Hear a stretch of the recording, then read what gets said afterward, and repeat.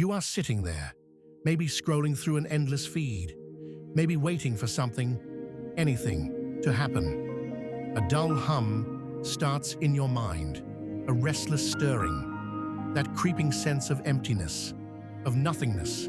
You call it boredom, but the real answer is far stranger, far more ancient than just having nothing to do. Your brain isn't just seeking entertainment in these moments.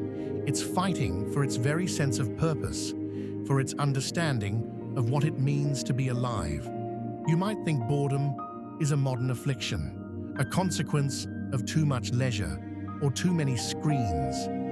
But this pervasive feeling, this deep-seated aversion to inactivity, isn't a flaw in your psychology. It's a feature. It's an alarm bell, rung by countless generations before you, echoing a fundamental truth about human survival and evolution. What if boredom isn't about lacking something to do, but about your brain demanding something more profound? Consider for a moment what it truly feels like. It's not just a lack of external stimuli. It's an internal agitation, a subtle anxiety that builds, pushing you to seek out anything to alleviate it. Why does your mind race, even when your body is still? Why does the absence of a task feel so profoundly uncomfortable, almost threatening? You instinctively reach for your phone, tap an app, or simply start replaying old memories in your head. But what drives this relentless pursuit of mental activity? The answer lies deep within your evolutionary past and the intricate wiring of your modern brain. Boredom, in its essence, is a signal. It tells you that your current state is not optimal. It warns you that your environment isn't offering enough challenge, enough novelty, or enough reward to keep your complex cognitive machinery engaged. And an unengaged mind, for your ancestors, often meant danger. Think back to a time when you were truly bored. Were you just apathetic? Or did you feel an underlying tension, a need for release? This isn't merely a preference for stimulation, it's a profound aversion to its absence. Your brain is not built for idleness in the way you might imagine. It's a problem-solving machine, constantly scanning, planning, and optimizing. When it has nothing external to process, it turns inward, often to unsettling effect. Researchers have explored this phenomenon, demonstrating just how potent our aversion to boredom can be. Consider the groundbreaking work by psychologist Timothy Wilson and his colleagues at the University of Virginia. They conducted a series of experiments where participants were asked to simply sit alone in a room for 6 to 15 minutes with no external distractions, no phone, no books, nothing but their own thoughts. Could you do it? The results were astonishing. In one variation, participants were given the option to self-administer mild electric shocks, which they had previously rated as unpleasant. An overwhelming number chose to shock themselves rather than remain alone with their thoughts. Many men, and a quarter of the women, preferred the experience of physical discomfort over the perceived agony of boredom. This wasn't about seeking pain. It was about avoiding a deeply uncomfortable internal state. It was about escaping the stillness of their own minds. Why would your brain prefer a jolt of pain to the quiet contemplation of its own existence?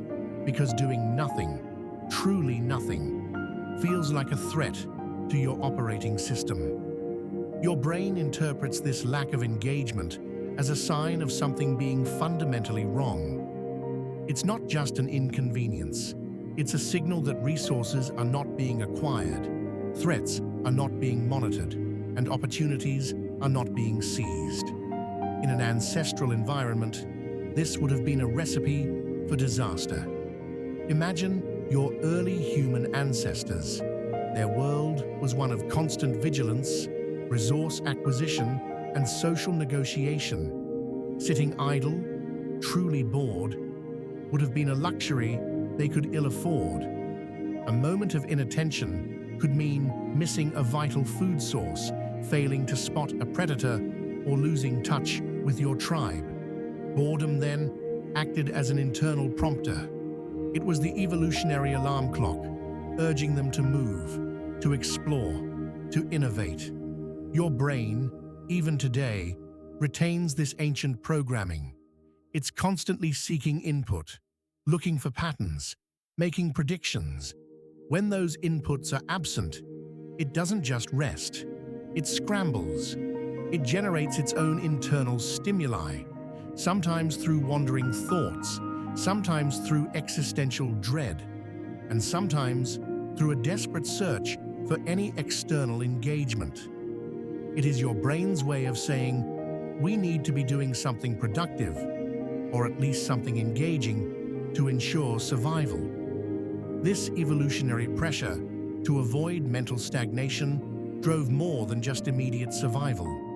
It spurred innovation. It pushed early humans to develop new tools, to master fire, to create language, and to organize complex societies. When faced with the quiet discomfort of boredom, your ancestors didn't just sit and suffer. They sharpened a spear. They told a story.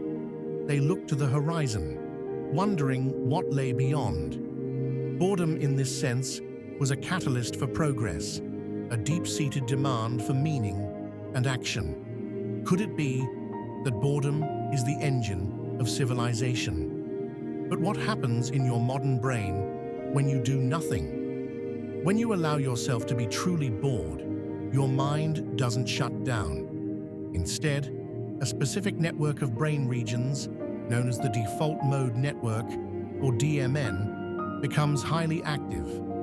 This network is involved in self-reflection, future planning, remembering the past, and imagining different scenarios. It's your brain's internal playground, the stage for your most profound thoughts and your most nagging worries. When your DMN takes over in moments of boredom, you might find yourself dwelling on anxieties, replaying past mistakes, or contemplating your future with trepidation. For many, this unguided introspection can be deeply uncomfortable. It's why people often prefer external distractions over being left alone with their thoughts. Your mind, in its idle state, isn't always a peaceful place. It can become a factory for worries, a projector of anxieties.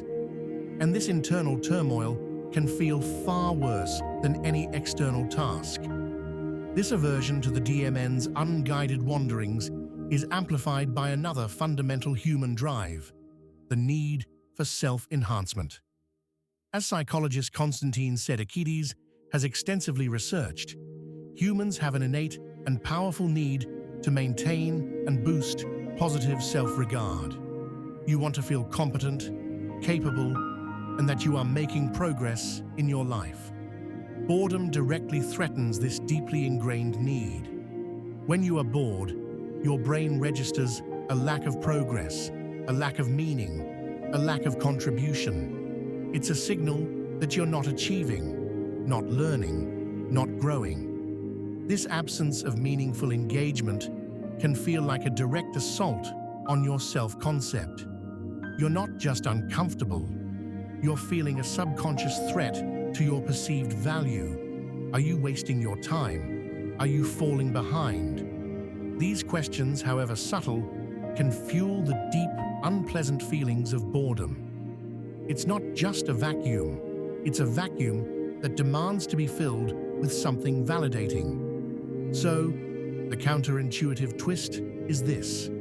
Boredom isn't a sign of a lazy mind, but often the opposite.